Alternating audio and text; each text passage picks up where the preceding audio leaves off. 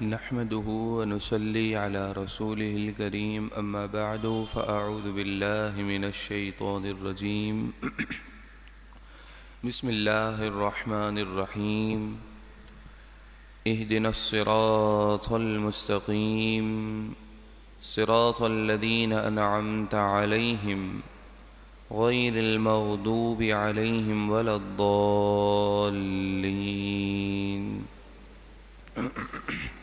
اللهم يا مقلب القلوب ثبت قلوبنا على دينك اللهم يا مصرف القلوب صرف قلوبنا على طاعتك آمين آمين آمين بجاه النبي الأمين صلی اللہ علیہ وآلہ وسلم۔ الحمدللہ سورہ یوسف کا درس جاری و ساری ہے۔ کل جہاں پہ درس کا اختتام ہوا تھا وہاں پہ قصہ اختتامی کچھ اس طرح تھا کہ حضرت سیدنا یوسف علیہ السلام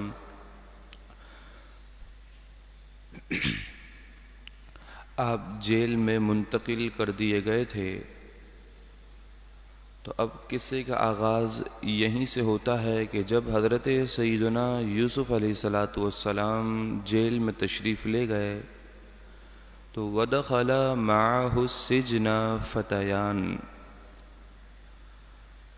تو حضرت سیدنا یوسف علیہ السلام کے ساتھ دو ساتھی نوجوان اور بھی جیل میں قید کیے گئے، جیل میں داخل ہوئے۔ یہ دونوں شخص کون سے تھے؟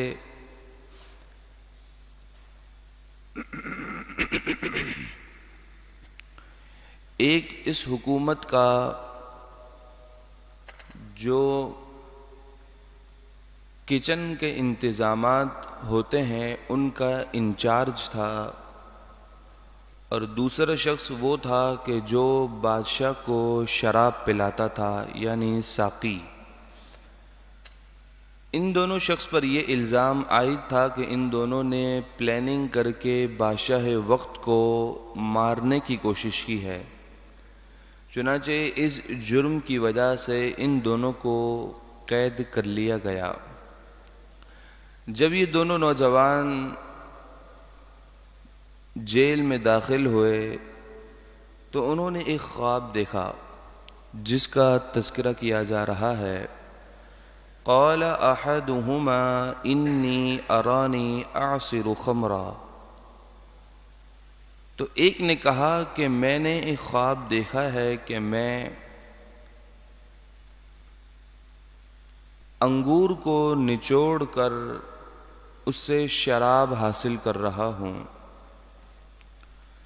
وقال آخر، اور دوسرے نے کہا کہ میں نے بھی ایک خواب دیکھا ہے، انی ارانی احمل فوق رأسی خبزا،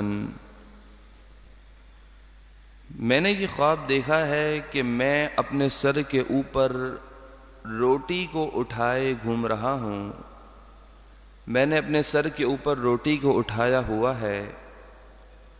تأکل الطیر منہ، اور پرندے اس روٹی میں سے اچک اچک کر کھانا کھا رہے ہیں، اس روٹی کو نوچ نوچ کر اپنا حصہ کھا رہے ہیں۔ نبئنا بتأویلہ، ان دونوں نوجوانوں نے حضرت سیدنا یوسف علیہ السلام کو دیکھ کر کہا کہ آپ ہمیں ہمارے اس خواب کی تعبیر بتائیے، کیونکہ انا نراک من المحسنین، کیونکہ بے شک ہم آپ کو نیکوکاروں میں سے سمجھتے ہیں۔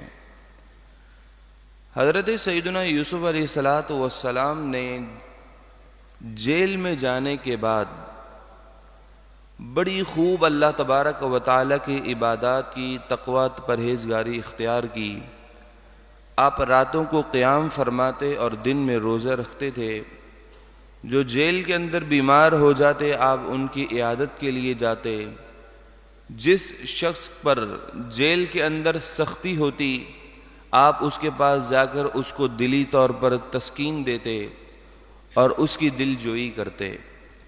تو ان معاملات کو دیکھنے کے بعد ان دونوں نوجوانوں نے یہی خیال کیا کہ ہم اپنے خواب کی تعبیر ان سے پوچھتے ہیں۔ چنانچہ انہوں نے آ کر حضرت سیدنا یوسف علیہ السلام کو اپنا خواب بیان کیا۔ تو وہ شخص جو کہ کچن چلانے کا انچارج تھا، اس نے اپنا پورا خواب یوں تفصیل سے بیان کیا کہ میں نے یہ دیکھا ہے کہ میں اپنے سر کے اوپر روٹی کو اٹھائے ہوئے ہوں، اور پرندوں کو دیکھا کہ وہ اس روٹی میں سے اپنے حصے کے مطابق کھانا چن رہے ہیں۔ اور دوسرے شخص نے یہ خواب بیان کیا کہ میں ایک باغ کے اندر داخل ہوا، اور اس باغ کے اندر ایک انگور کی بیل ہے، اس انگور کی بیل کے اوپر 3 خوشے ہیں، تو میں یہ دیکھ رہا ہوں کہ میں ان خوشوں کو توڑ کر، ان انگوروں کو نچوڑ کر اس کا رس بنا رہا ہوں اور بادشاہ کو پلا رہا ہوں۔ جب انہوں نے اپنی اس خواب کی مکمل تفصیل کی تو حضرت سیدنا یوسف علیہ السلام نے اس موقع پر ان دونوں کو دین کی دعوت دی، اللہ تبارک و تعالیٰ کی توحید کی دعوت دی، اور اللہ تبارک و تعالیٰ نے آپ کو جو علم عطا فرمایا آپ نے اس علم کا اظہار فرمایا۔ کیونکہ بعض موقع ایسے ہوتے ہیں کہ جہاں پر اپنے آپ کو اظہار کرنے کا حکم دیا جاتا ہے، تو حضرت سیدنا یوسف علیہ السلام نے انہیں ان کے خواب کی تعبیر کے بارے میں کہا کہ میں تمہیں بتاتا ہوں، لیکن ایک خواب کی تعبیر کا علم یہ علم ظنی ہے۔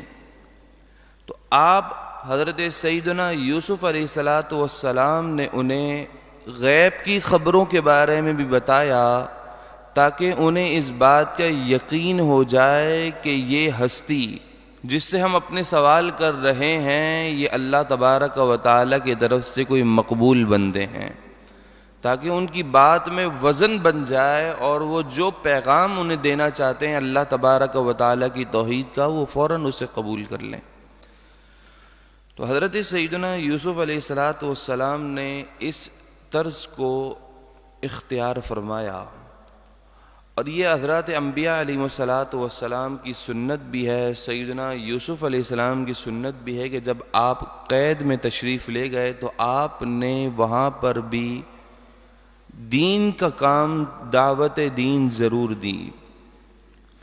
قال لا یأتیکما طعام ترزقانہ الا نبأتکما بتأویلہ قبل ان یأتیکما۔ حضرت سیدنا یوسف علیہ السلام نے فرمایا جو کھانا تمہیں دیا جاتا ہے وہ تمہارے پاس نہیں آئے گا مگر اس طرح کہ میں تمہارے پاس اس کھانے کے آنے سے پہلے ہی اس خواب کی تعبیر بتا دوں گا۔ کیا مطلب؟ یعنی ان دونوں کے لیے جہاں سے کھانے کا انتظام کیا جاتا تھا حالت قید میں، تو آپ نے کہا کہ اگلے وقت کے کھانے کے ٹائم سے پہلے جو تم نے خواب دیکھا ہے میں اس کی تعبیر تمہیں بتا دوں گا، اور یہ جو کچھ اللہ تبارک و تعالی نے مجھے علم تعبیر عطا فرمایا ہے ذالکما مما علمنی ربی، یہ سب ان علموں میں سے ہے کہ جو میرے رب نے مجھے تعلیم ارشاد فرمائی ہے۔ انبیاء علیہ السلام براہ راست اللہ تبارک و تعالی سے علم حاصل کرتے ہیں، اور اللہ تبارک و تعالی انہیں براہ راست علم عطا فرماتا ہے۔ پھر آپ نے کہا، آپ نے ان دونوں نوجوانوں پر اللہ تبارک و تعالیٰ کے دین کی، توحید کی دعوت دی، تبلیغ کی۔ تو وہ دونوں نوجوان جب آپ کی تبلیغ کو سننے لگے تو وہ سمجھنے لگے کہ شاید آپ انہیں یہودیت یا عیسائیت کی تبلیغ کر رہے ہیں، تو آپ نے اس نظریے کا بھی رد کیا جو ان کے ذہن میں آ رہا تھا۔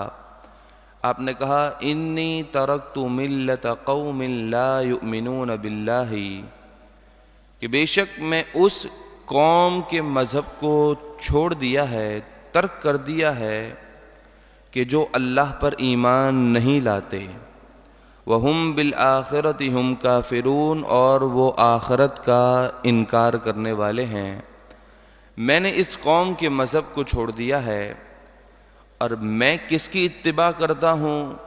وَاتَّبَعْتُ مِلَّةَ آبَائِي إِبْرَاهِيمَ وَإِسْحَاقَ وَيَعْقُوبَ، اور میں نے اتباع کی اپنے والد محترم حضرت ابراہیم، حضرت اسحاق اور حضرت یعقوب علیہ السلام کے دین کی۔ آپ نے انہیں دوران تبلیغ اپنی شان اور اپنا مقام اور مرتبہ بھی بتایا کہ میں کوئی عام ہستی نہیں بلکہ میں خاندان نبوت میں سے ہوں، کہ میرے آباء و اجداد اللہ تبارک و تعالیٰ کے سچے نبی گزرے ہیں، حضرت ابراہیم علیہ السلام، حضرت اسحاق اور حضرت یعقوب علیہ السلام۔ تو آپ کہتے ہیں کہ جب میں خاندان نبوت میں سے ہوں اور ہمارے خاندان کے بڑے بڑے انبیاء علیہ السلام اللہ تبارک و تعالیٰ کے دین کی تبلیغ کرتے رہے اور وہ توحید کی دعوت دیتے رہے، تو ما کان لنا ان نشرک باللہ من شیء، تو پھر ہمیں یہ لائق نہیں ہے کہ ہم اللہ تبارک و تعالیٰ کے ساتھ کسی اور کو شریک بنائیں اور اس کے ساتھ شرک ہم کریں، یہ ہمارے لائق نہیں ہے، کیونکہ ہم سب کا تعلق انبیاء کے گروہ میں سے ہے، اور انبیاء علیہ السلام ان تمام چیزوں سے پاک ہیں، بے عیب ہیں۔ ذَلِكَ مِن فَضْلِ اللَّهِ عَلَيْنَا وَعَلَى النَّاسِ، یہ اللہ تبارک و تعالیٰ کا فضل و کرم ہے جو اس نے ہم پر کیا اور لوگوں پر کیا، کہ جن لوگوں کو اللہ تبارک و تعالیٰ کا یہ فضل اور توفیق نصیب ہوئی تو وہی لوگ کفر اور شرک سے محفوظ رہے۔ وَلَكِنَّ أَكْثَرَ النَّاسِ لَا يَشْكُرُونَ، لیکن اکثر لوگ وہ اللہ کا شکر ادا نہیں کرتے۔ اب آپ نے اپنے ان دونوں ساتھیوں سے کہا جو کہ قید میں تھے، انہیں آپ سمجھا رہے تھے، ایک اللہ تبارک و تعالیٰ کے دین کی تبلیغ فرما رہے تھے۔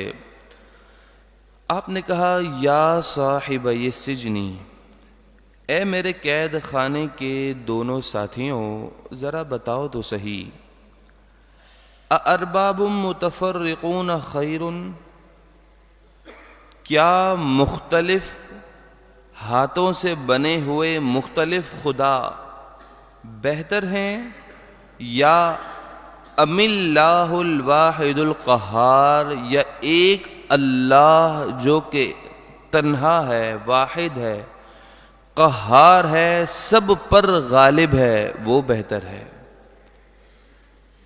مشرکین وہ اپنے ہاتھوں سے بتوں کو بناتے تھے، کسی ایک کے پاس سونے کا بت ہوتا تو کسی کے پاس چاندی کا، کسی کے پاس مٹی کا تو کسی کے پاس تانبے کا۔ تو حضرت سیدنا یوسف علیہ السلام نے بنایا اپنے ہاتھوں سے بنائے ہوئے یہ متفرق اتنے سارے خدا کہ جو نہ کسی کو نقصان دے سکتے ہیں نہ نفع دے سکتے ہیں، یہ خود محتاج ہیں، تو کیسے تمہاری مدد کریں گے، تمہاری کیسی حاجت روائی کریں گے؟ جب تم خود مشکل میں ہوگے تو یہ تمہاری کیسے مدد کریں گے؟ تو یہ متفرق بہت سارے خدا، سونے، تانبے، لوہے، مٹی کے بنے ہوئے خدا بہتر ہیں، یا ایک پاک پروردگار بہتر ہے جو سب پر غالب بھی ہے اور بندے اسی کے محتاج ہیں؟ اور محتاجی کے وقت مسلمان ہو یا ہندو ہو، کسی بھی مذہب سے کوئی شخص تعلق رکھتا ہو، ہر شخص صرف اللہ ہی کو پکارتا ہے۔ تو تم بتاؤ کہ آخر کون سا گروہ صحیح ہے؟ جب آپ نے انہیں اس سوچنے پر مجبور کیا پھر آپ نے کہا ما تعبدون من دونہ الا اسماء سمیتموها، آپ نے کہا کہ تم جن کی عبادت کرتے ہو، جن کو پوجتے ہو، وہ تو صرف تمہارے اپنے بنائے ہوئے نام ہیں، ان کا حقیقت سے کوئی تعلق نہیں ہے۔ تم نے ایک بت کو دیکھا تو اس کو نام رکھ دیا، دوسرے بت کو دیکھا تو اس کا نام رکھ دیا، ان کا حقیقت میں خدا ہونا، الہ ہونا، اس کا تو کوئی دور دور تک تعلق نہیں ہے۔ تو تم اللہ کو چھوڑ کر جن کی عبادت کرتے ہو، جن کو تم پوجتے ہو، وہ تمہارے اپنے بنائے ہوئے صرف نام ہی تو ہیں۔ یا تو تم نے نام رکھے ہیں، انتم، یا تم نے نام رکھے ہیں، وآباؤکم، یا تمہارے آباء و اجداد نے نام رکھے ہیں۔ اور جن کو تم نے نام کے ساتھ رکھا ہے، ما انزل اللہ بہا من سلطان، اللہ تبارک و تعالی نے ان کے بارے میں اپنی طرف سے کوئی دلیل بھی نازل نہیں کی ہے کہ تم یہ کہہ سکو کہ یہ تو رب کی طرف سے ایک دلیل ہیں۔ یہ تو بلا دلیل تم اپنے ہاتھوں سے بنائے ہوئے ان جھوٹے معبودوں کی پوجا کرتے ہو۔ تو یاد رکھو، ان الحکم الا للہ، حکم تو صرف اللہ تبارک و تعالی ہی کا ہے۔ پاور، اختیار، طاقتیں، عبادت کس کی جائے گی؟ صرف اللہ تبارک و تعالی کی جائے گی، اسی کا حکم چلتا ہے۔ امر اللہ تعبدوا الا ایاہ، اللہ تبارک و تعالی نے ہی اس چیز کا حکم دیا کہ صرف اسی کی ہی تم عبادت کرو، اس کے علاوہ کسی کی عبادت کرنے کی ضرورت نہیں۔ ذالک الدین القیم، یہی سیدھا دین ہے، اتنا آسان دین ہے کہ تم کتنے ہاتھوں سے بنائے ہوئے بتوں کو پوج رہے ہو، ان کو چھوڑ کر ایک الہ، ایک اللہ تبارک و تعالی کے دین کی طرف آ جاؤ، صرف اسی کی عبادت کرو۔ یہ بہت ہی آسان اور سیدھا دین ہے۔ وَلَٰكِنَّ أَكْثَرَ النَّاسِ لَا يَعْلَمُونَ، لیکن اکثر لوگ اس چیز کو جانتے نہیں۔ اب جب آپ نے حضرت سیدنا یوسف علیہ السلام نے ان دونوں قیدیوں پر انفرادی تبلیغ کی اور انہیں اللہ تبارک و تعالی کے دین اور اس کے ایک ہونے کا پیغام دیا، اب آپ نے انہیں ان کے خواب کی تعبیر بیان کی کہ ایک ساقی تھا کہ جو شراب پلانے پر مامور تھا، اور دوسرا بادشاہ وقت کے باورچی خانے یعنی کچن کے سارے انتظامات کو دیکھنے والا انچارج تھا۔ تو آپ نے ان دونوں کو ان کا جو انہوں نے خواب دیکھا اس کی تعبیر بیان کی۔ آپ نے کہا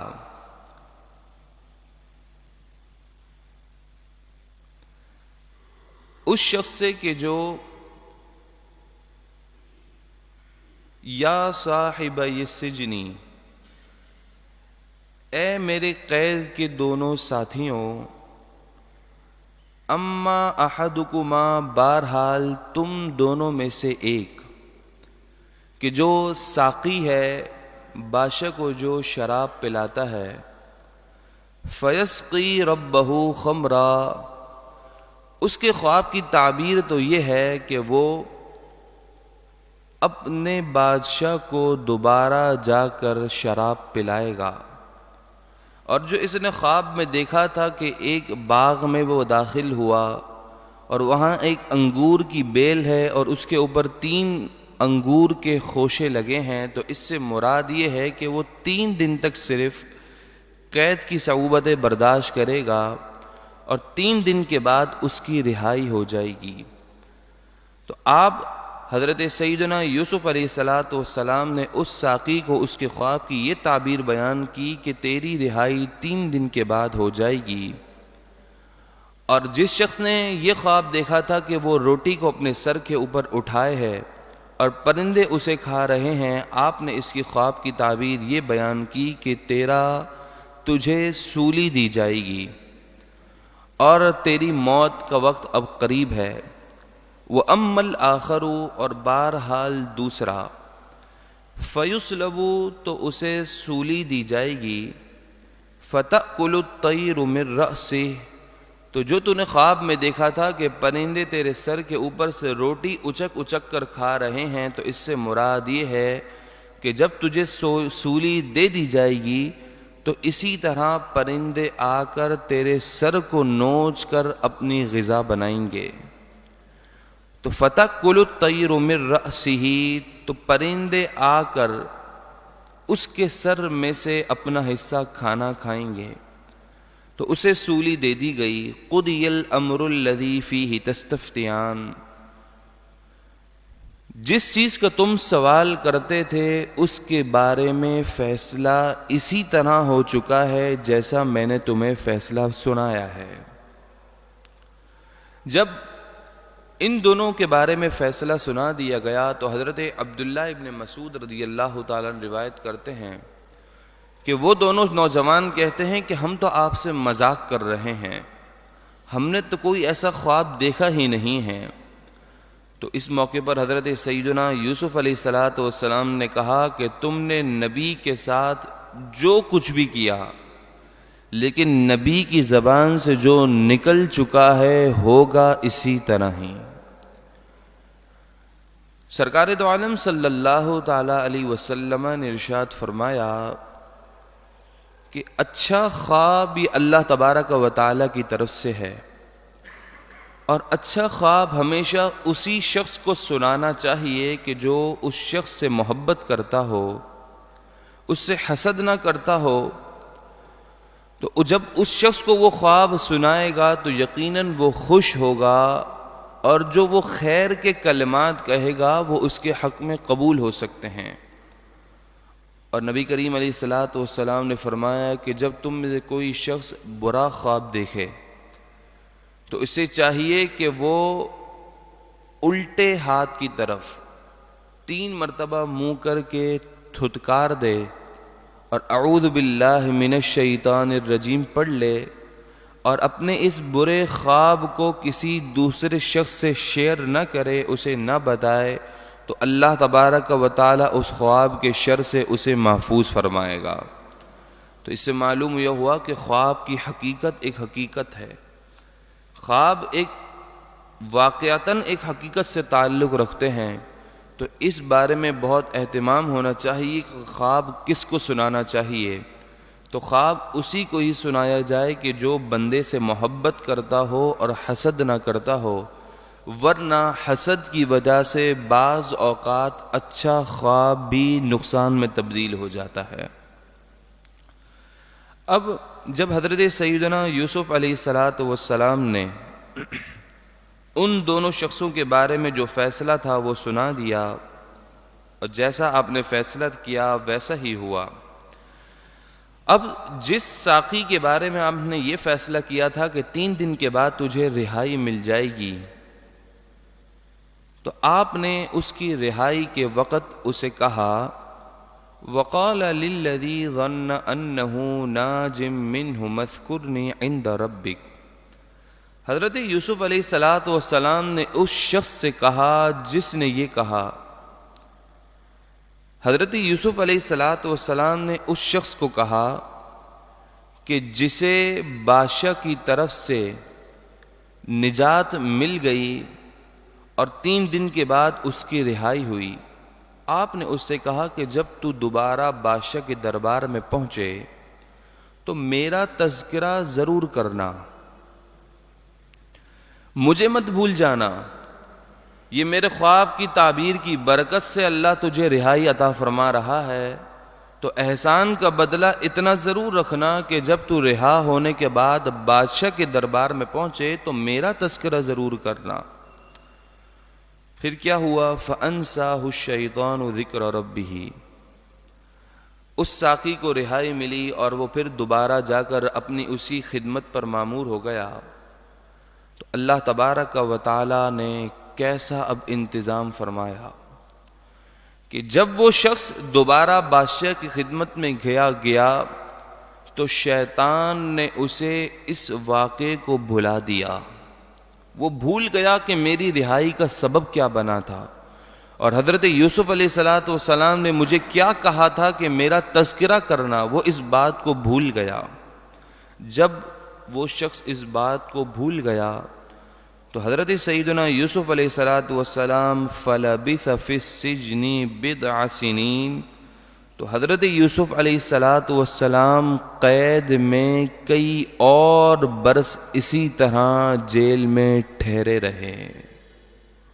آپ ذرا سوچئے تو صحیح، اللہ کے نبی ہیں حضرت سیدنا یوسف علیہ السلام کتنی تکلیفیں برداشت کر رہے ہیں کہ آپ اس وقت دوبارہ اندر ٹھہرے رہے. اور مفسرین کہتے ہیں کہ اس واقعے سے پہلے، ان دونوں نوجوانوں کے واقعے سے پہلے آپ 5 سال اندر رہے، اور پھر آپ مزید 7 سال اس واقعے کے بعد بھی اندر ہی رہے. اب اللہ تبارک و تعالی نے کیسی اپنی تدبیر اور حکمت کے ذریعے اس معاملے کو دوبارہ یاد دلایا. اگلے رکوع میں اس کا آغاز ہے وَقَالَ الْمَلِكُ إِنِّي أَرَى 7 بَقَرَاتٍ سِمَانٍ يَأْكُلُهُنَّ 7 عِجَافٌ. اس وقت کے بادشاہ نے کہا کہ اے لوگوں، میں نے ایک خواب دیکھا ہے. وہ خواب بڑا ہی عجیب اور غریب ہے. اس خواب کو دیکھنے کے بعد مجھے بڑی پریشانی لاحق ہو گئی ہے.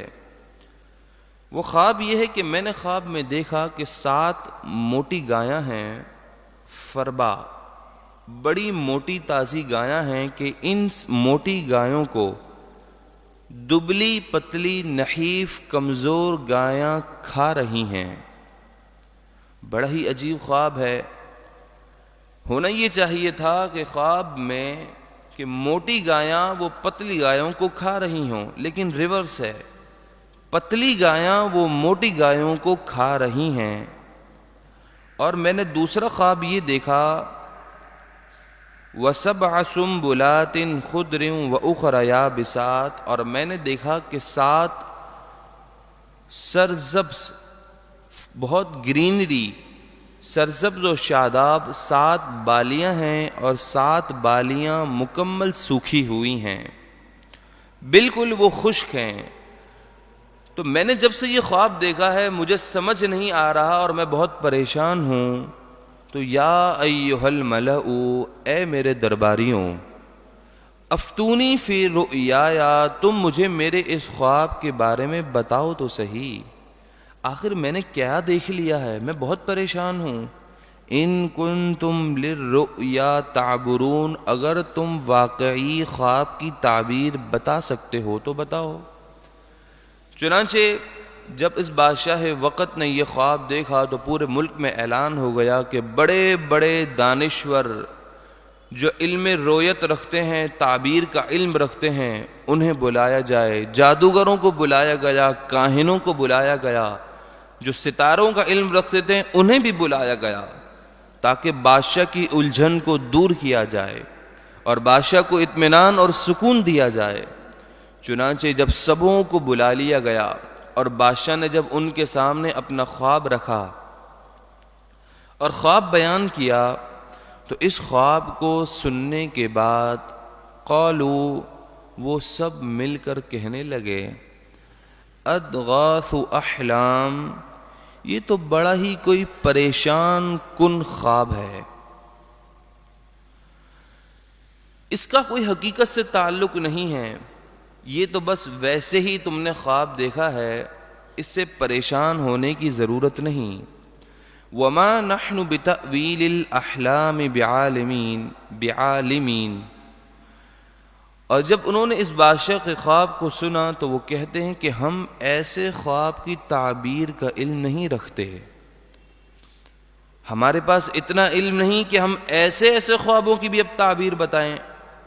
جو جب سب لوگوں نے اس بات سے کہہ دیا بادشاہ کو کہ ہم اس خواب کے بارے میں کچھ نہیں بتا سکتے اور ہمارے پاس علم ہی نہیں ہے، تو اب دیکھیں اللہ تبارک و تعالی نے حضرت یوسف علیہ السلام کی رہائی کا کیسا سبب بنایا کہ وہ ساقی کہ جسے سیدنا یوسف علیہ السلام نے خواب کی تعبیر پر بتایا تھا کہ تمہیں رہائی ملے گی، پھر تم بادشاہ کے پاس جا کر میرا تذکرہ کرنا، تو شیطان نے تو بھلا دیا، لیکن جب اتنے ایسے خواب بادشاہ نے دیکھے تو اللہ تبارک و تعالی نے اس شخص کو وہ منظر یاد دلا دیا۔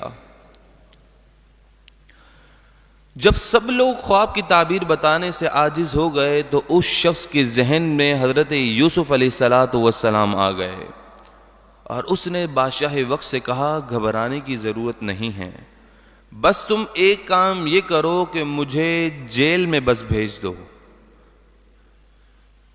کیونکہ میں جانتا ہوں ایک ایسے شخص کو کہ جس کے پاس تمہارا مسئلہ پیش کیا جائے گا تو وہ فوراً اس مسئلے کو حل کر دے گا۔ تو جب بادشاہ وقت نے کہا کہ اچھا اگر ایسی بات ہے تو تم چلے جاؤ۔ وقال الذی نجا منہما، وہ ساقی نے کہا کہ جسے ان دو قیدیوں میں سے نجات ملی تھی، دو قیدی تھے نا، ایک ساقی تھا اور ایک کچن کا انچارج تھا، کچن کے انچارج کو تو سولی پر چڑھا دیا گیا تھا اور اسے رہائی مل گئی، تو جسے نجات ملی اس نے کہا بادشاہ وقت سے اس حال میں کہ وَذَّكَرَ بَعْدَ أُمَّةٍ، کہ ایک بڑی مدت وہ گزر چکی تھی اور وہ واقعہ بھول بھی چکا تھا اپنا، لیکن اس مدت کے گزر جانے کے بعد اسے وہ وقت یاد آیا، تو اس نے کہا انا انبئکم بتأویلہ، گھبرانے کی ضرورت نہیں ہے، اے بادشاہ میں تجھے تیرے خواب کی تعبیر بتا دیتا ہوں، بس اتنا کر فارسلونی، مجھے جیل بھیج دے، مجھے جیل بھیج دیا جائے، جیل میں چلے جاؤں گا تمہارا کام ہو جائے گا۔ بادشاہ وقت نے کہا کہ اتنی پریشانی کا وقت ہے، تمہیں جو کرنا ہے کرو، جیل جانا ہے جیل جاؤ، بس اس معاملے کو حل کرو۔ چنانچہ وہ ساقی دوبارہ جیل چلے گیا، اور حضرت سیدنا یوسف علیہ السلام ابھی آپ جیل میں تشریف فرما تھے کہ اس ساقی نے جا کر دیکھا تو حضرت سیدنا یوسف علیہ السلام سے بڑی ہی محبت کے ساتھ عرض کی، یوسف ایھا الصدیق، اے پیارے یوسف، اے صدیق، اے پیارے یوسف، اے صدیق، افتنا فی 7 بقرات سمان یأکلہن 7 عجاف۔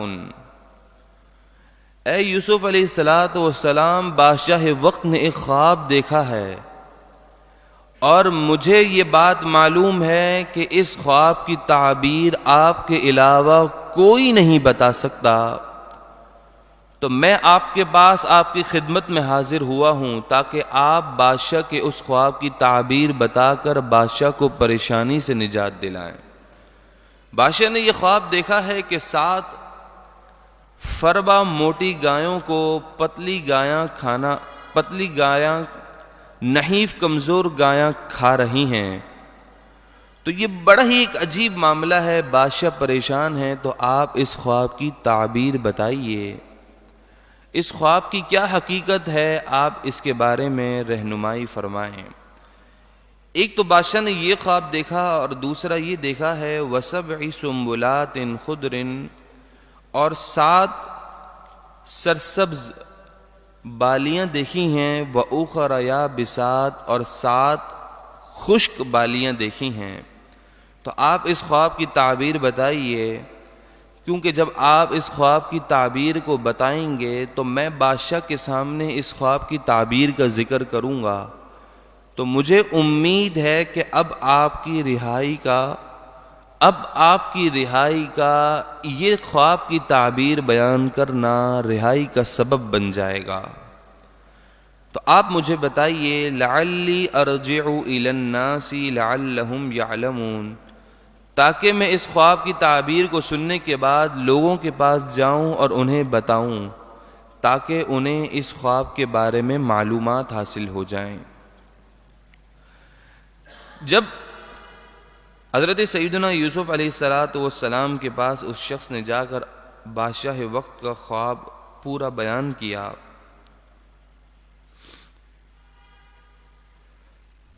تو حضرت سیدنا یوسف علیہ السلام نے فرمایا، خواب کی تعبیر بیان کی. قال، حضرت یوسف علیہ السلام نے فرمایا، تزرعون 7 سنین دأبا، کہ تم 7 سال تک 7 ایئرز تک مسلسل کھیتی باڑی کرو، خوب کھیتی باڑی کرو، خوب کھیتی باڑی کرو. جتنی بھی زمین ہے، چاہے وہ عوام کی ہو یا حکومت کی تحویل میں ہو، کوئی زمین خالی نہ پڑے. ہر زمین میں جا کر تم خوب کھیتی باڑیاں کرو. فما حصدتم فذروه فی سنبلہ، پھر تو جو تم اپنی ضرورت کے لیے حصہ نکالو، کاٹو، تو اسے بھی اس کی بالیوں میں کچھ حصہ چھوڑ دو. الا قلیلا مما تأکلون، مگر تھوڑا حصہ جتنا تم کھا سکو. یعنی جتنی تمہیں ضرورت ہو اتنا حصہ تو تم لے لو، باقی حصے کو اس کی بالی کے اندر ہی رہنے دو، تاکہ وہ تمہارے فیوچر پلان میں جو ہمارے ہے کہ اگلے 7 سال جو آنے ہیں اس کے لیے آج سے حفاظت بن جائے. تو آپ نے کہا کہ جو ابتدائی 7 گایاں تم نے دیکھی ہیں، فربا گایاں، اس سے مراد یہ ہے کہ ابھی ابتدائی 7 جو سال ہیں اس کے اندر تم خوب کھیتی باڑی کرو، کوئی زمین خالی نہ رہے، ہر طرف تم کاشتکاری کرتے رہو. کیونکہ ہونا اس طرح ہے کہ ابتدائی 7 سال کے اندر تو تمہارے پاس بڑی فراوانی ہوگی، خوب کھیتیاں اگیں گی اور خوب اللہ تبارک و تعالیٰ کی طرف سے رحمت نازل ہوگی. لیکن اس کے بعد جو 7 سال آ رہے ہیں وہ بڑے سخت ہیں. ثم یأتی من بعد ذلک 7 شداد، پھر ان 7 سالوں کے بعد اگلے 7 سال آئیں گے جو کہ بہت سخت ہیں. اس کے اندر ہر چیز کی قلت ہو جائے گی. تو یأکلن ما قدمتم لہن الا قلیلا مما تحسنون، تو لوگ اسی غلے کو کھائیں گے جو انہوں نے پچھلے 7 سالوں میں جمع کر کے رکھا تھا. تو جو 7 سال ابتدائی 7 سالوں میں تم نے کاشتکاری کی، جو کچھ تم نے جمع کر کے رکھا، اگلے 7 سالوں میں لوگ اسی کو ہی کھائیں گے.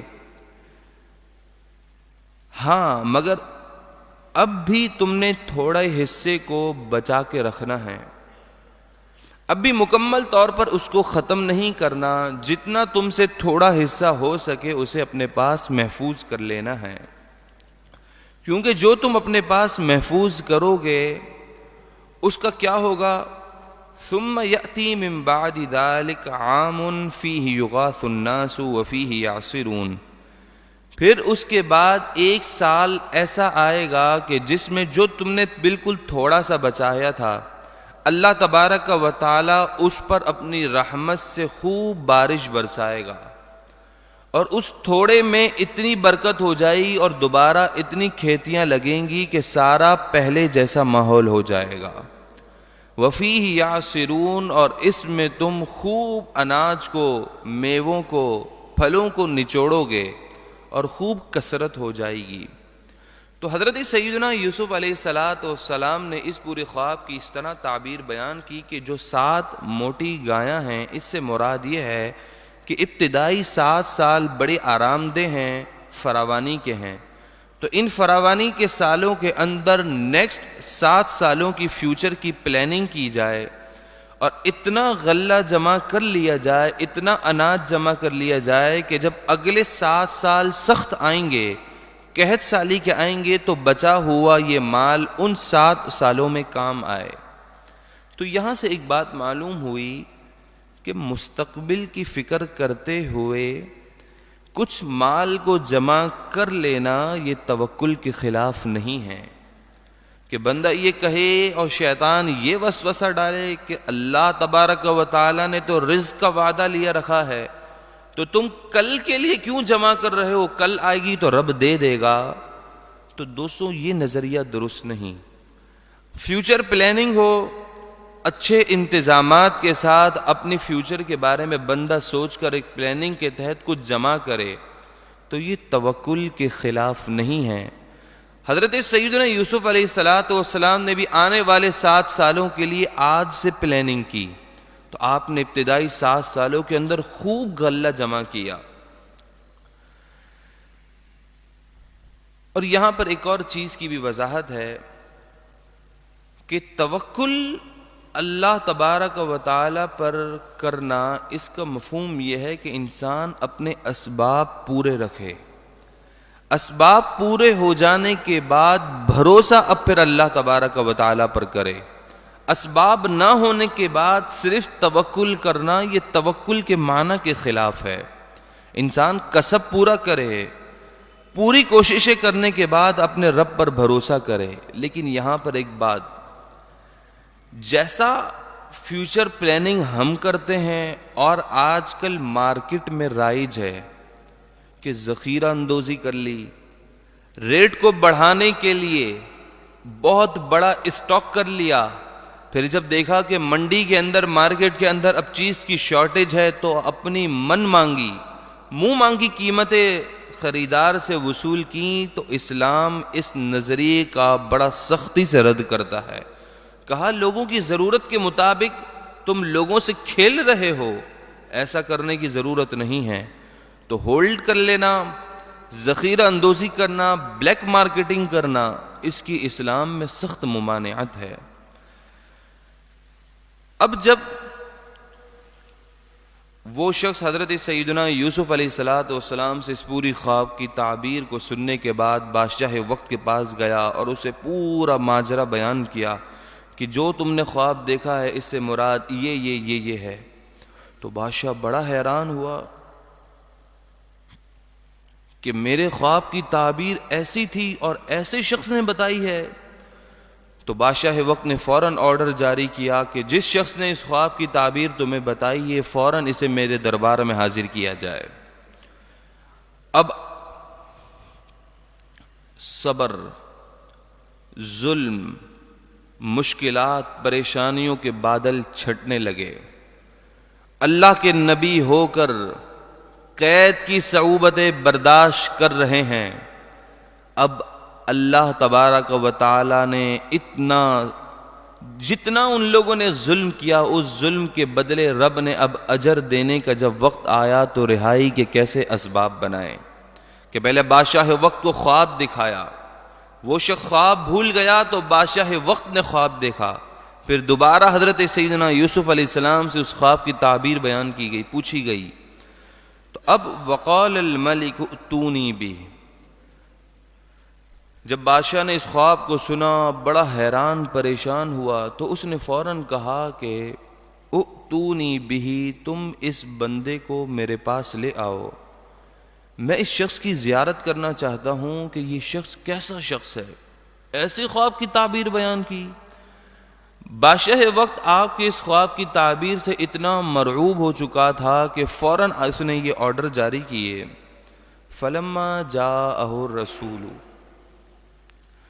پھر جب بادشاہ کا ایلچی بادشاہ کے پاس سے ہوتا ہوا حضرت سیدنا یوسف علیہ السلام کے پاس آ کر بادشاہ کا پیغام پہنچانے لگا، قالا، تو آپ نے کہا، ارجع الی ربک،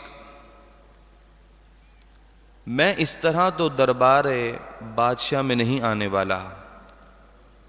حضرت سیدنا یوسف علیہ السلام نے اس شخص سے کہا کہ تو دوبارہ لوٹ جا، دوبارہ پلٹ جا، میں ایسے نہیں آؤں گا، دوبارہ اپنے بادشاہ کے پاس چلے جا، فَاسْأَلْهُ مَا بَالُ النِّسْوَةِ اللَّاتِي قَطَّعْنَ أَيْدِيَهُنَّ، اور بادشاہ وقت سے جا کر اس ماجرے کے بارے میں ذرا پوچھ تو صحیح کہ ان عورتوں نے اپنا ہاتھ کس وجہ سے کاٹا تھا، میں ایسے نہیں آنے والا۔ کیونکہ بادشاہ وقت نے مجھے ہی تو قید میں ڈالا ہے، تو اب جا کر اس بادشاہ سے پوچھ کہ ان عورتوں نے اپنا ہاتھ کس وجہ سے کاٹا تھا۔ چنانچہ وہ ایلچی گیا اور اس نے بادشاہ وقت سے کہا کہ وہ شخص یہ کہتا ہے کہ ذرا اس معاملے کی تحقیقات تو کرواؤ کہ ان عورتوں نے اپنا ہاتھ کیوں کاٹا تھا۔ چونکہ حضرت سیدنا یوسف علیہ السلام یہ چاہتے تھے کہ میں جس گھر میں رہا ہوں میں نے اس گھر میں خیانت نہیں کی، تو جو مجھے ناجائز گرفتار کر کر قید میں ڈالا گیا، آخر اس قید میں ڈالنے کی اصل حقیقت ان کو پتہ چل جائے کہ آخر مجھے ڈالا کیوں گیا ہے۔ ان ربی بکیدہن علیم، کہ بے شک میرا رب ان عورتوں کے سارے فریب کو جاننے والا ہے، کہ ان عورتوں کی وجہ سے تو میں جیل کے اندر گیا۔ جب بادشاہ نے اس بات کو سنا تو ساری مصر کی عورتوں کو، جو 40 عورتیں حضرت سیدنا یوسف علیہ السلام کے گزرتے وقت انہوں نے ہاتھ کاٹے تھے اور بعد میں اپنی خواہش کا اظہار کیا تھا، ان ساری عورتوں کو جمع کیا اور بادشاہ نے کہا قال ما خطبکن اذ راوتن یوسف عن نفسی۔ بادشاہ نے کہا اے عورتوں، تمہارا کیا کام تھا کہ جب تم نے حضرت یوسف علیہ السلام کو اپنی طرف مائل کرنے کی کوشش کی، اس واقعے کی کیا حیثیت ہے اور اس کی کیا حقیقت ہے، ذرا بتاؤ تو صحیح۔ تو اب جب اتنے سال گزر گئے تو ان عورتوں نے پورا کا پورا ماجرا واقعہ من عن صحیح انداز میں بادشاہ وقت کو سنا دیا۔ جب بادشاہ وقت نے حضرت سیدنا یوسف علیہ السلام کے متعلق پوچھا کہ آخر تم نے ان کو کیسا پایا، تم نے تو اپنی خواہش کا اظہار کیا اور یہ کوشش کی کہ یہ تمہاری طرف، تم نے یہ کوشش کی کہ تم نے تو ان کی طرف توجہ کی، کیا انہوں نے بھی تمہاری طرف التفات کیا، توجہ کی؟ قل لا، تو اب وہ ساری عورتیں کہنے لگیں حاشا للہ، اللہ کی پاکی ہے، ساری بڑائی تعریف اس پاک پروردگار کی ہے، ما علمنا علیہ من سوء، ہم نے اس نوجوان کے اندر کسی بھی برائی کو نہیں پایا۔ یہ نوجوان بالکل اپنی بات میں سچا ہے اور جیسا یہ کہہ رہا ہے حقیقت بھی ویسی ہے۔ اس نوجوان نے ہماری طرف آنکھ اٹھا کر بھی نہیں دیکھا، توجہ بھی نہیں کی، کوئی برائی کا اس کے اندر شائبہ بھی نہیں۔ اب جب ان عورتوں نے بھی حضرت سیدنا یوسف علیہ السلام کی پاکی بیان کی کہ حضرت سیدنا یوسف علیہ السلام نے خیانت نہیں کی ہے، تو اب قالت امرأۃ العزیز، تو عزیز مصر کی عورت نے کہا، حضرت زلیخا رضی اللہ تعالی عنہا نے، الآن حصحص الحق، اب بات کھل چکی ہے، حق بات واضح ہو چکی ہے۔ جب حق بات واضح ہو چکی ہے، اب باتیں کھل گئی ہیں، تو میں بھی حقیقت سے پردہ اٹھا دوں۔ انا راودتہ عن نفسی، میں ہی وہ عورت ہوں کہ جس نے نادانی میں حضرت سیدنا یوسف علیہ السلام کو اپنی طرف مائل کرنے کی کوشش کی، اور وَإِنَّهُ لَمِنَ الصَّادِقِينَ، حقیقت یہ ہے کہ سیدنا یوسف علیہ السلام پاک باز اور سچے نبی ہیں، یہ سچا نوجوان ہے، اس نے ذرہ برابر بھی خیانت نہیں کی۔ جب سارا واضح معاملہ ہو گیا تو اب بادشاہ وقت نے دوبارہ ایلچی کو کہا کہ جاؤ اور انہیں ایک پیغام دے دو کہ سارا کے سارے واقعات و حالات کا اب بادشاہ وقت کو علم ہو چکا ہے، تو اب آپ باہر تشریف لائیے، بادشاہ وقت آپ کے دیدار کا طالب ہے۔ تو اس وقت بادشاہ نے بڑی سواریاں بھیجیں، شاہی سواریاں بھیجی گئیں، شاہی لباس بھیجے گئے اور حضرت سیدنا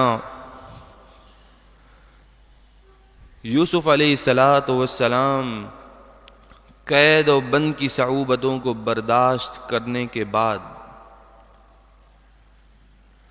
ایک عالی شان انتظام اور حکومتی پروٹوکول کے ساتھ اب آپ کا شاندار استقبال کیا جا رہا ہے۔ حضرت سیدنا یوسف علیہ السلام اللہ کے نبی ہوتے ہوئے کیا کہتے ہیں؟ جب آپ جیل خانے سے باہر تشریف لائے، جب آپ کو رہائی ملی، تو آپ نے نکلتے وقت ایک تاریخی بات کہی ہے جسے مفسرین نے ذکر کیا۔ آپ نے کہا یہ جیل زندوں کا قبرستان ہے، کہ یہاں پر ایک ایک لمحہ بڑی مشکل اور دقت کے ساتھ گزرتا ہے۔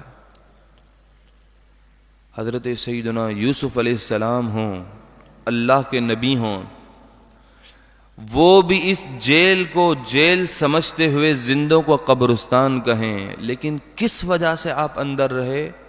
تاکہ لوگوں کو پتہ چل جائے کہ حق کیا ہے اور باطل کیا ہے۔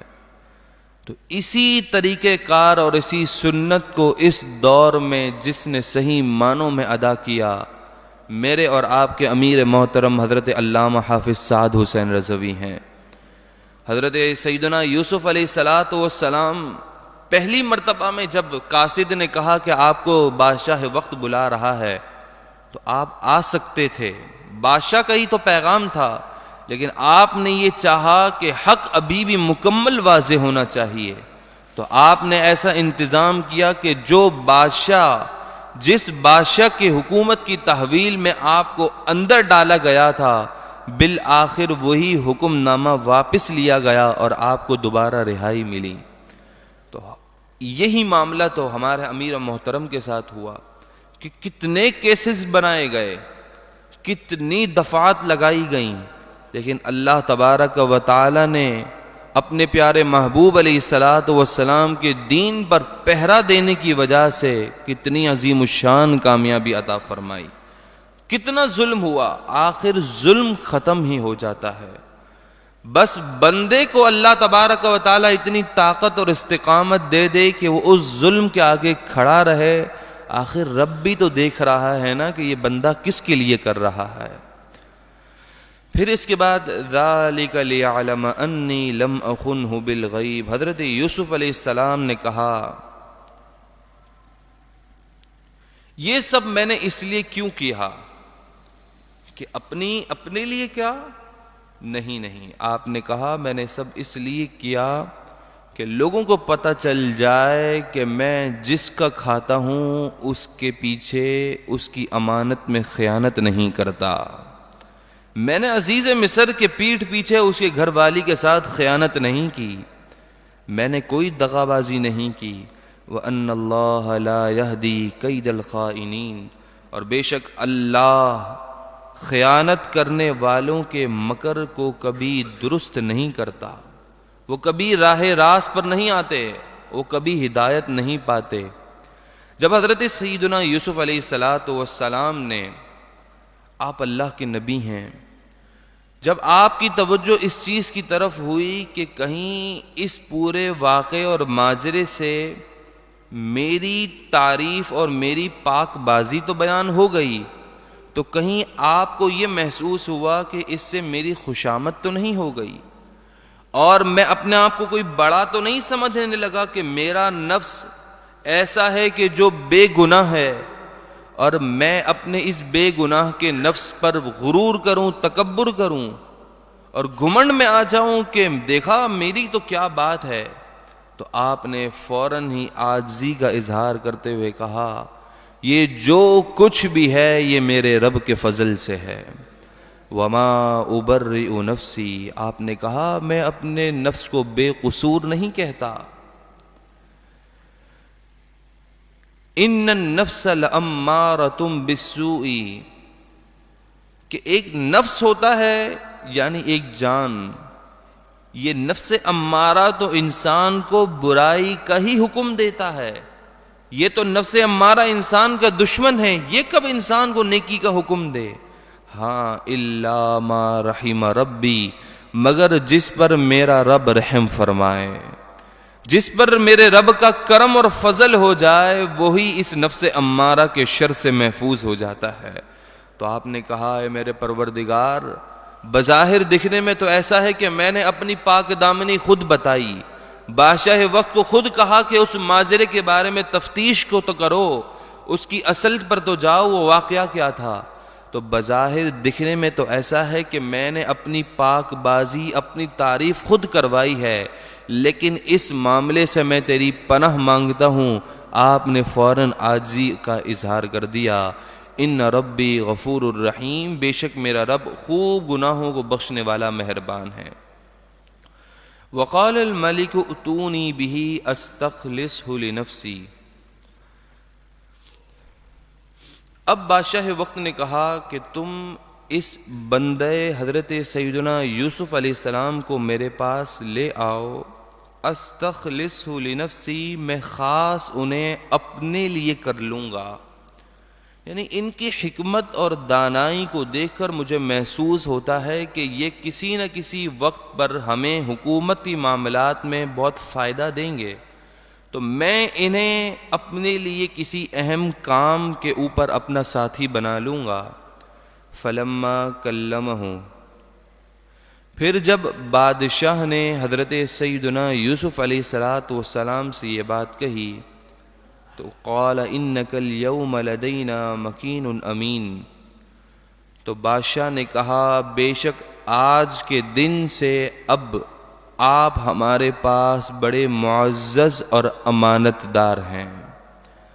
آپ نے اتنی امانت داری کے ساتھ پورے معاملے کو نبھایا۔ بادشاہ وقت آپ کے ساتھ پہلے ہی بہت زیادہ شش و پنج اور حیران میں تھا کہ اتنے سال ناجائز گرفتاری، اپنی غلطی بھی نہیں، پھر اس کے بعد بادشاہ وقت تو اس کے خواب کی ایسی تعبیر، تو بادشاہ وقت بڑا حیران اور پریشان تھا۔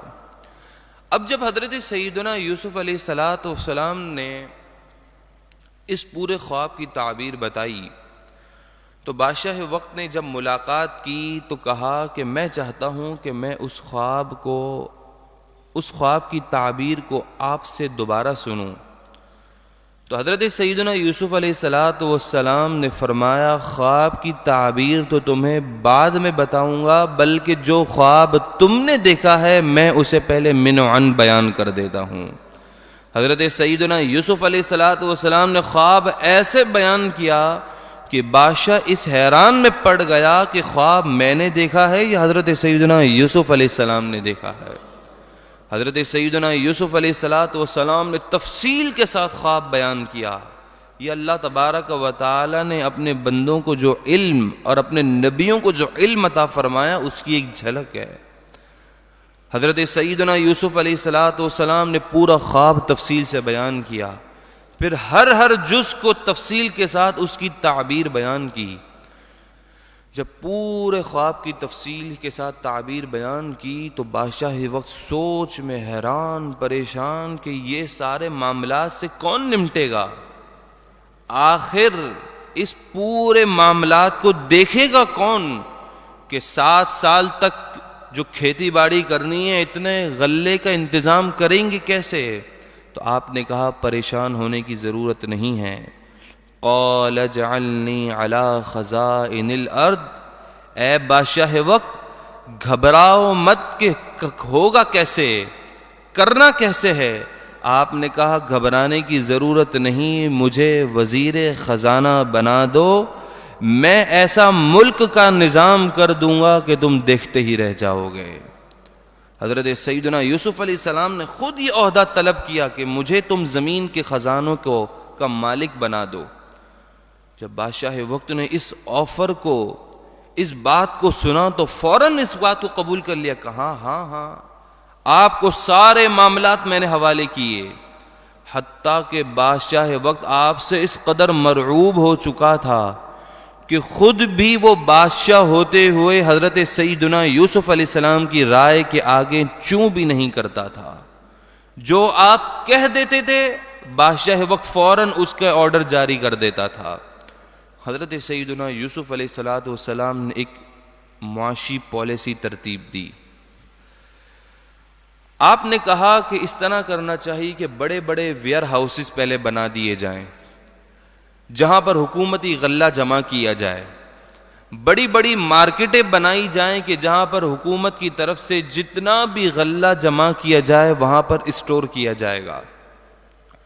اور پھر آپ نے کہا کہ کوئی زمین خالی نہ رہے، جو حکومت کی زمین ہے وہاں تو غلہ اگے گا ہی، اور جو عوام کے پاس زمین ہے وہاں پر بھی غلہ اگانا ہے، اور حکومت اور عوام کے پاس سے جو غلہ اگے گا اس کا 5%، 5واں حصہ بطور ٹیکس کے ان سے وصول کیا جائے گا۔ تو ٹیکس کی ابتدا بھی حضرت سیدنا یوسف علیہ السلام کے زمانے سے ہوئی کہ کس طرح کہ جو پیداوار ہوگی اس میں سے حصہ لیا جائے گا۔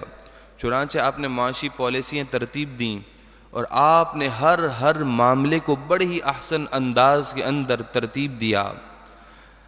انی حفیظ علیم، کہ بے شک میں حفاظت کرنے والا، علم والا ہوں۔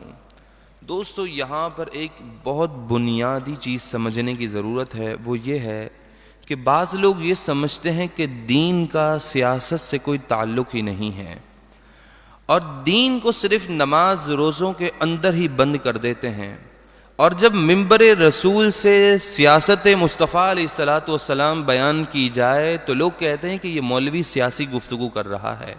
اب آپ مجھے بتائیں کہ حضرت سیدنا یوسف علیہ السلام ملک کے انتظامات کو اپنے لیے طلب کر رہے ہیں کہ مجھے وزیر خزانہ بنا دو، میں پورے معاملات کو چلا لوں گا، تو آپ اللہ کے نبی ہیں، اس کے بعد بھی آپ سیاست کے اندر انٹر ہو کر اس عہدے کو طلب کر رہے ہیں۔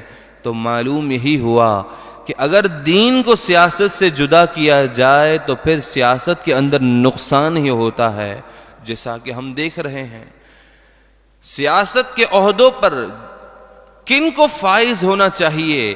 یہاں سے معلوم ہوا کہ سیاست کے اندر اہم عہدوں پر انہی کو فائز ہونا چاہیے جو اللہ سے ڈرنے والے ہوں، مخلوق خدا سے محبت کرنے والے ہوں، اور اس پورے معاملات کو صحیح طرح سے دیکھ بھال کے چلانے والے ہوں۔ لیکن آج کیا ہو رہا ہے، میرے اور آپ کے سامنے سب کو معلوم ہے کہ ہر اہم پوسٹ پر، ہر حساس عہدے پر، ہر اس شخص کو ہی ہائر کیا جاتا ہے جو دین میں سب سے زیادہ دشمنی رکھتا ہے۔ جو دین کا جتنا بڑا دشمن ہوتا ہے اسے اتنا ہی بڑی پوسٹ پہ دی جاتی ہے۔ مجھے پچھلے دنوں ایک کسی بھائی نے یہ بات کہی، اب کنفرم تو نہیں معلوم، آپ میں سے احباب کوئی کنفرم کر سکتے ہیں، کہ مجھے کہا کہ جو بڑے بڑے حساس ادارے ہیں ان کے اندر یہ باقاعدہ کنڈیشن موجود ہے کہ داڑھی رکھنے والے شخص کو اس ادارے کے اندر داخلہ نہیں دیا جائے گا، ایک بات، اور جو حافظ قرآن ہو، قرآن پاک کا حافظ ہو، اسے بھی ان اداروں کے اندر داخلہ نہیں دیا جائے گا۔ اب آپ مجھے بتائیں کہ جب اتنے دین سے بیزار مسلمانوں کا نظام سیاست چلائیں گے تو یقیناً وہ یہود و نصارہ کے بل بوتے اور انہی کے نظام سے متاثر ہو کر ہی تو چلائیں گے۔ بات ریاست مصطفیٰ کی لفظوں سے کہہ دینا اور مثال کے اندر بار بار یورپ کو رول ماڈل بنا کر پیش کرنا، یہ دین مصطفیٰ، سیاست مصطفیٰ سے دغا بازی اور خیانت ہے۔ کہ بات تم سیاست رسول مصطفیٰ کی کرو اور رول ماڈل بار بار تم یورپ کو بناؤ، تو یہ سراسر دین دشمنی ہی ہے۔ تو حضرت سیدنا یوسف علیہ السلام نے خود اس عہدے کو طلب کیا اور کہا کہ جو نبی ہوتا ہے وہی سیاسی طور پر معاملات کو چلا سکتا ہے۔ وَكَذَلِكَ مَكَّنَّا لِيُوسُفَ فِي الْأَرْضِ، تو یوں ہی ہم نے یوسف علیہ السلام کو زمین میں قدرت بخشی۔ يَتَبَوَّأُ مِنْهَا حَيْثُ يَشَاءُ، ذرا غور تو کیجئے کہ کہاں حضرت یوسف علیہ السلام چلنا شروع ہوئے تھے، کہاں بھائیوں نے آپ کے ساتھ تعلقات معاملات کرنے کے بعد کنویں میں ڈال دیا، اور کیسے آج آپ اتنے بڑے اہم عہدے پر فائز ہیں۔ یتبوأ منہا حیث یشاء، اے یوسف آپ جہاں چاہیں رہیں، یہ ساری زمین آپ کی ہے۔ نصیب برحمتنا من نشاء، ہم جسے چاہتے ہیں اپنی خاص رحمت میں سے اسے حصہ میسر کر دیتے ہیں۔ ولا نضيع اجر المحسنین، اور ہم نیکی کرنے والوں کا اجر ضائع نہیں کرتے۔ وَلَأَجْرُ الْآخِرَةِ خَيْرٌ لِّلَّذِينَ آمَنُوا وَكَانُوا يَتَّقُونَ، اور ضرور آخرت کا اجر ایمان رکھنے والوں کے لیے اور متقین کے لیے بہترین اجر ہے۔ آخرت کا اجر ایمان والوں کو ملتا ہے اور تقوی اختیار کرنے والوں کو ملتا ہے۔ اگلے رکوع کے کچھ حصے کا جو کہ تعلق ہے اس کو بیان کر دیتے ہیں۔ وَجَاءَ إِخْوَةُ یوسف، اب جب چونکہ مصر کے اندر بھی وہ ابتدائی 7 سال آ گئے کہ جس کے اندر خوب کھیتی باڑی کی گئی، کاشتکاری کی گئی، اب جب وہ 7 سال کے اندر جب کھیتی باڑی ہوئی، کافی مال جمع کر لیا گیا، تو اب ان سالوں کا آغاز ہوا کہ جن سالوں سے قحط سالی کی ابتدا تھی۔ حضرت سیدنا یوسف علیہ السلام اس وقت مصر میں موجود تھے، اور آپ نے جو معاشی پالیسیاں ترتیب دی تھیں اس کے مطابق آپ نے لوگوں کو غلہ تقسیم کرنا شروع کیا، اور وہ قحط اتنا سخت آ چکا تھا کہ اس قحط سے نہ صرف مصر بلکہ اطراف مصر سے جتنے بھی علاقے پڑتے تھے وہ بھی اس قحط کی مصیبت میں مبتلا ہو چکے تھے۔ تو اب اس طرح ہوا کہ حضرت سیدنا یوسف علیہ السلام کے بھائی خطہ کنعان میں موجود تھے، اور وہاں تک جب قحط پہنچا تو انہیں بھی اس چیز کی فکر ہوئی کہ اب ہم کھائیں گے کیا۔ تو انہیں اس بات کی اطلاع ملی کہ مصر کے اندر ایک بہت بڑا غلے کا اسٹاک کیا ہوا ہے، اور وہاں پر غلہ فروخت کیا جا رہا ہے درہم اور دینار کے عوض، تو وہاں جا کر غلہ خریدنا پڑے گا۔ حضرت سیدنا یوسف علیہ السلام نے جو 7 قحط سالی کے ابتدا کا 7 سال قحط سالی کے گزارے، وہ اس طرح کہ پہلے سال تو حضرت سیدنا یوسف علیہ السلام نے لوگوں کو غلہ تقسیم کیا درہم اور دینار کے بدلے۔ لوگ درہم اور دینار لاتے، آپ انہیں غلہ تقسیم کر دیتے۔ ایک سال تو اسی طرح گزرا۔ آپ نے اس سال سے ہی بادشاہ وقت اور حکومتی جتنے بھی وزراء تھے ان کے اوپر یہ مقرر کر دیا کہ وہ اب دن میں صرف ایک وقت کا کھانا کھائیں گے۔ جتنی عیاشیاں جتنے بھی معاملات تھے سارے اپنے واپس لے لیے۔ پہلے سال میں تو درہم اور دینار کے عوض غلہ فروخت ہوا، پھر جب دوسرا سال آیا تو آپ نے لوگوں سے کہا کہ تم اپنے جانور لاؤ۔ لوگ اپنے جانور لا کر حضرت سیدنا یوسف علیہ السلام کو دے گئے، اور انہوں نے حضرت یوسف علیہ السلام کو جانور کے بدلے انہوں نے غلہ خریدا۔ تیسرے سال انہوں نے اپنے زیورات بیچے اور غلہ خریدا۔ اسی طرح کرتے کرتے چوتھے سال انہوں نے اپنی جائیدادیں اپنی زمینیں تک بیچ دیں۔ 5ویں سال جو ان کے پاس اپنے غلام تھے، اپنی کنیزیں تھیں، وہ تک بھی انہوں نے بیچ دیں اور غلہ خریدا۔ یہاں تک کہ 7ویں سال کے اندر کیفیت ایسی ہوئی کہ اس پوری سرزمین مصر کے اندر کوئی شخص ایسا نہیں تھا جس کی اپنی ملکیت میں کوئی ایک چیز بھی ہو۔ ساری کی ساری چیزیں حضرت سیدنا یوسف علیہ السلام کی ملکیت میں آ گئیں۔ زیورات آ گئے، جائیدادیں آ گئیں، زمینیں آ گئیں، درہم اور دینار آ گئے، لوگوں کے پاس کچھ نہیں رہا۔ جب آخری سال بچا تو حضرت سیدنا یوسف علیہ السلام کے پاس لوگ آئے اور کہنے لگے اب ہمارے پاس کچھ نہیں ہے، ہم خود موجود ہیں، آپ ہمیں خرید لیں۔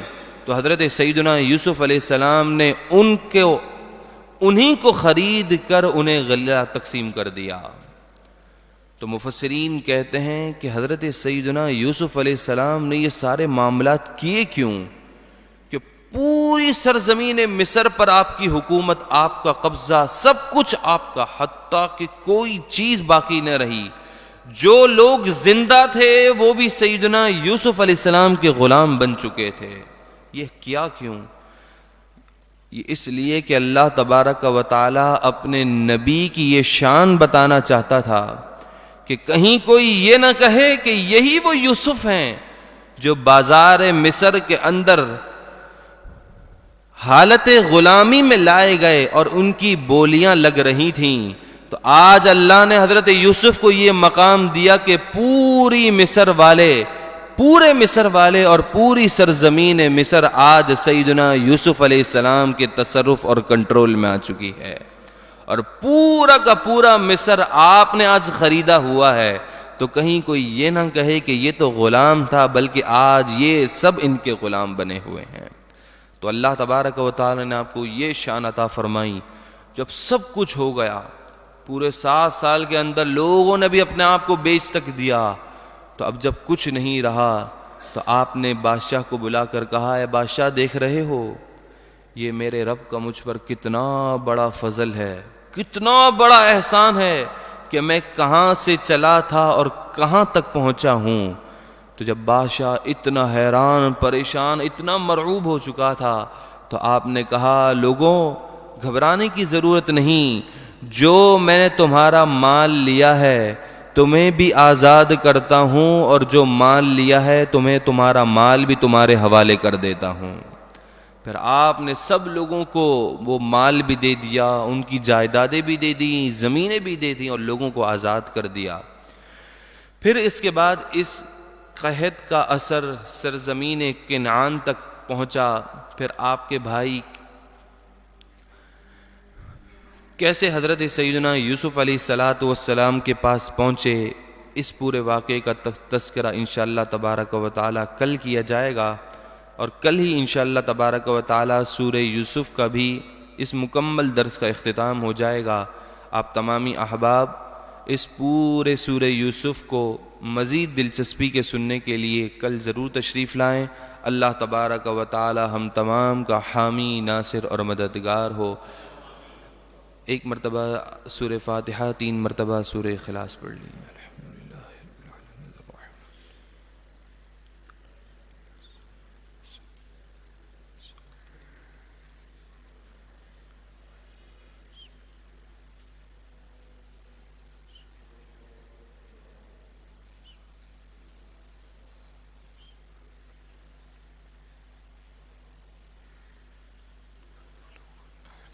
الحمد للہ رب العالمین، والصلاة والسلام علی اشرف الانبیاء والمرسلین۔ اے مالک و مولا، اے پروردگار، درس قرآن کو اپنی بارگاہ میں قبول اور منظور فرما۔ اے رب کریم، اپنے فضل و کرم سے ہمارے گناہوں کو معاف فرما۔ دوران درس جو غلطی کوتاہی اپنے حبیب علیہ السلام کے صدقے درگزر اور معاف فرما۔ اے مالک و مولا، ہمارے گناہوں کو نیکیوں سے تبدیل فرما۔ حاضرین کی دلی جائز تمناؤں کو پورا فرما۔ جو بیمار ہیں انہیں صحت عطا فرما۔